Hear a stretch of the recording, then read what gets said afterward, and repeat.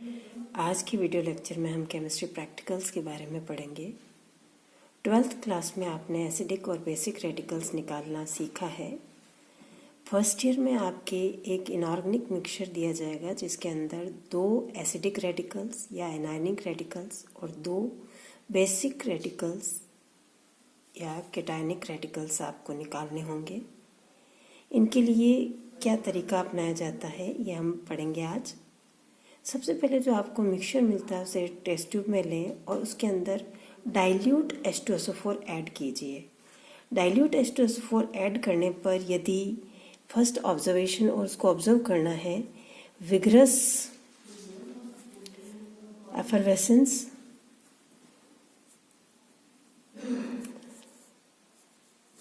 निकलेगी, एक colourless gas and odourless gas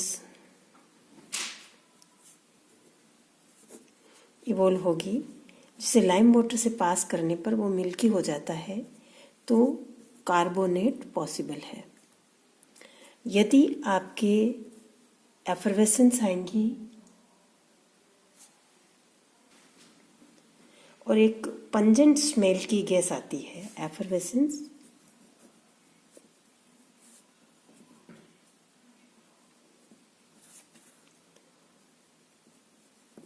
with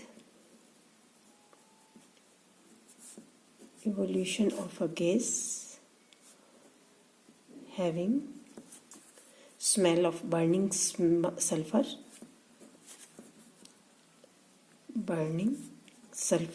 काफ़ी पंजेंट स्मेल होती है।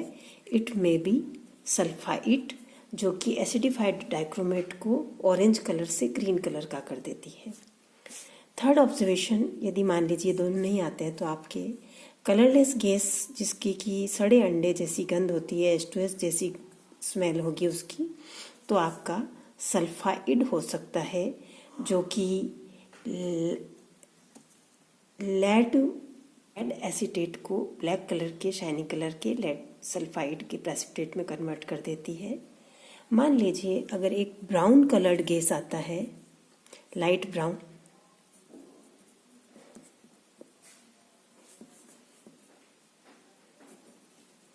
गैस, तो नाइट्राइट हो सकता है जो कि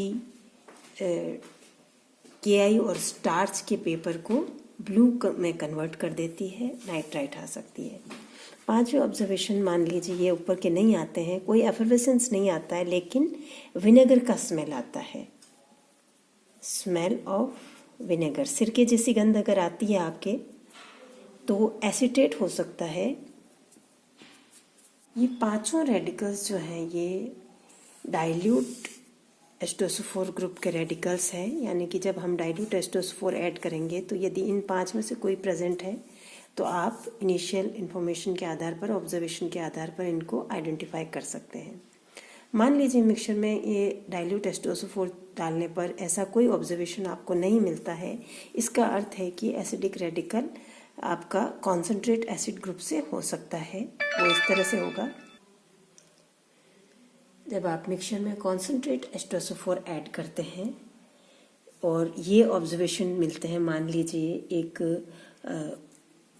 by adding concentrate H2SO4 group H2SO4, यदि आपकी एक कलरलेस गैस इवॉल्व होती है, पंजेंट स्मेल होगी उसकी, और जब हम अमोनियम हाइड्रोक्साइड से भीगी हुई छड़ उसके मुंह पर ले जाएंगे, परखनली के मुंह पे, तो काफ़ी डेंस फ्यूम्स निकलेंगे।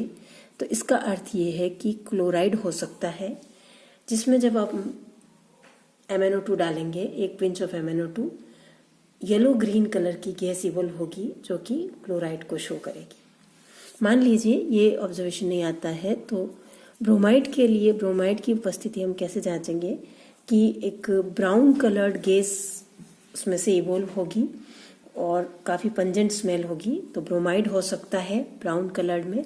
रिएक्शन मिक्सचर जो होगा आपका ऑरेंज ब्राउन हो जाएगा, ब्राउन कलर्ड वेपर्स। यदि वायलेट फ्यूम्स निकलते हैं, वायलेट फ्यूम्स यदि निकलते हैं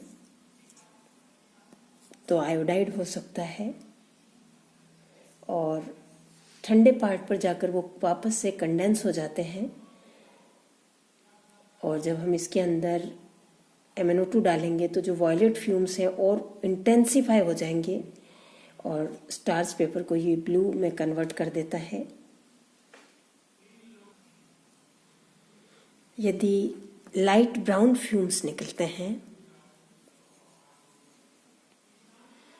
यदि लाइट ब्राउन फ्यूम्स निकलते हैं, नाइट्रेट हो सकता है, और रिएक्शन मिक्सचर के अंदर कॉपर टर्निंग डालने पर ये ब्राउन फ्यूम्स और ज़्यादा इंटेंसिफाई हो जाते हैं, तो नाइट्रेट की उपस्थिति का हमें पता लगता है। ये एलिमेंट्री टेस्ट मैं आपको बता रही हूँ।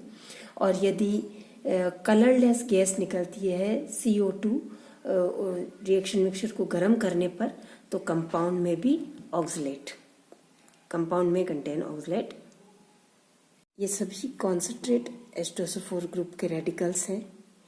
मैंने आपको डाइल्यूट और कॉन्सेंट्रेट एसिड ग्रुप के एसिडिक रेडिकल्स को किस तरह से आइडेंटिफाई करेंगे, उनके प्रिलिमिनरी टेस्ट के बारे में बताया है। आपको एक केमिस्ट्री प्रैक्टिकल रिकॉर्ड तैयार करना है, और ये सारे प्रिलिमिनरी टेस्ट और हर रेडिकल का एक कंफर्मेटिव टेस्ट उसके अंदर रिपोर्ट करना है, लिखना है। जब हम मिलेंगे तो मैं आपका वो रिकॉर्ड चेक करूँगी।